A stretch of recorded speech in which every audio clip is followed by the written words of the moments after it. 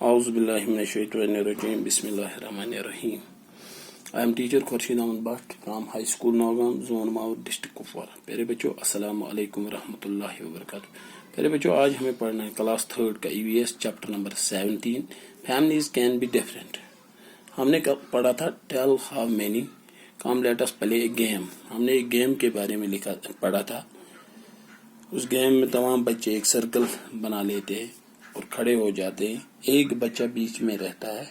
अक बच्च मज बाग बेहान सह म्यूजिक कर स्टार्ट या अथवाया तो हम पे क्या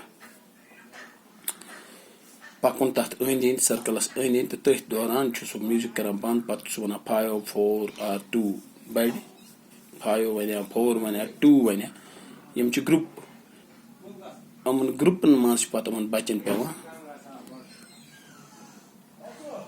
जमा गसन तो अमन ग्रुप बनाइथ सह रोजान गेम मज बरकरार और ग्रुप हेक बनाइथ कहें सह गेम मज गसान आउट। तो अति वसा यह सवाल how did you feel when you could join a group of the required number why. How did you feel when you could join a group of the required number why? तुह कोता छु महसूस करा इस पर तुह छु हेका अमन ग्रुपन मज वतित तोह मज कोता छु महसूस करा या कह ते सो लड़के युस अत गेम मज गिंदा आस सो कोता आस महसूस करा तमिस छ खुशी गसान अगर गसान छस त क्याज इस पर सो बरकरार रोजा छु अत गेम मज। सवाल छु how did you feel when you could join a group of the required number why.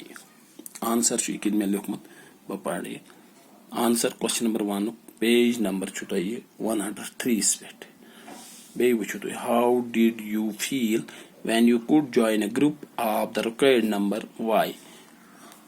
Answer लिखोस it feels great to join a group it feels great to join a group and become it member. वारिया खुश कि अत game मज बरकरार बसा वही अत गेम मज बरकरार बहुस अख member. It assures me that I am still part of the game that is being played बहुस वही अमुक अख हिस्स ती बहुस वही हेक बह यह गेम गिंदित तवे बह खुश गसान। दोयम लेखा how did you feel if you could not join any group why। I would feel bad and alone if I miss joining and group as I have to leave the game।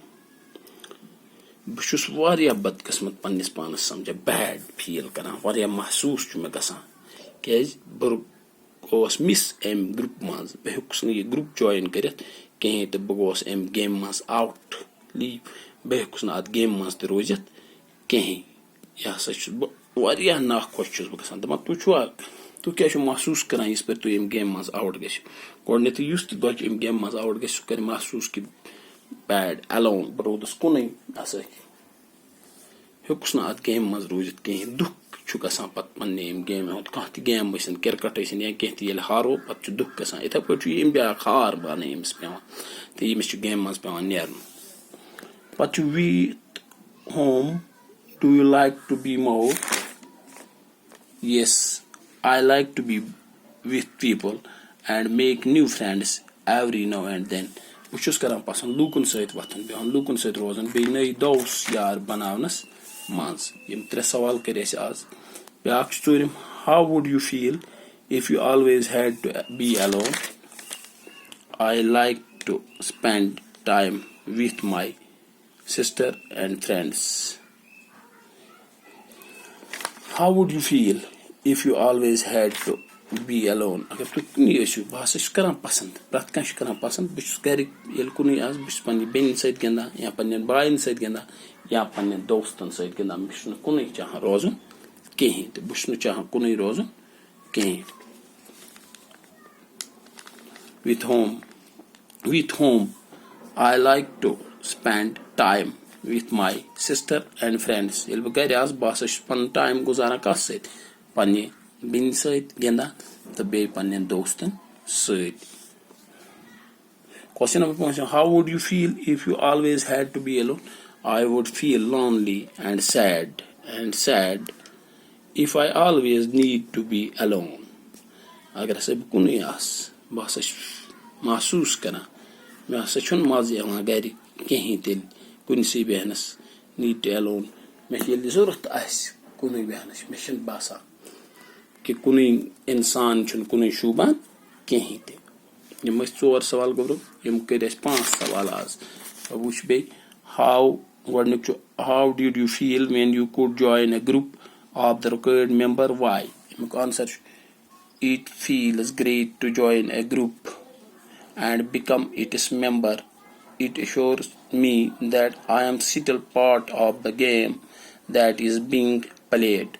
दोयम सवाल छु how did you feel if you could not join any group? Why? Answer: I would feel bad and alone if I miss joining a group as I have to leave the game. Prem sawal chu do you like to be with people? Yes, I like to be with people and make new friends every now and then. Shus kana lukun set pasand behon be dost banawin nay dost. With whom do you like to be more? Yes. Answer: I like to spend time with my sister and friends. Last one. How would you feel if you always had to alone? I would feel lonely and sad if I always need to be alone. Always need to be alone. ये question 5 हमने आज बेटा लिखा. मुझे उम्मीद है आप अपनी नोटबुक पे इन्हें दर्ज करोगे, सवाल कॉपी पे और याद भी करोगे. अस्सलाम वालेकुम रहमतुल्लाहि व बरकातहू.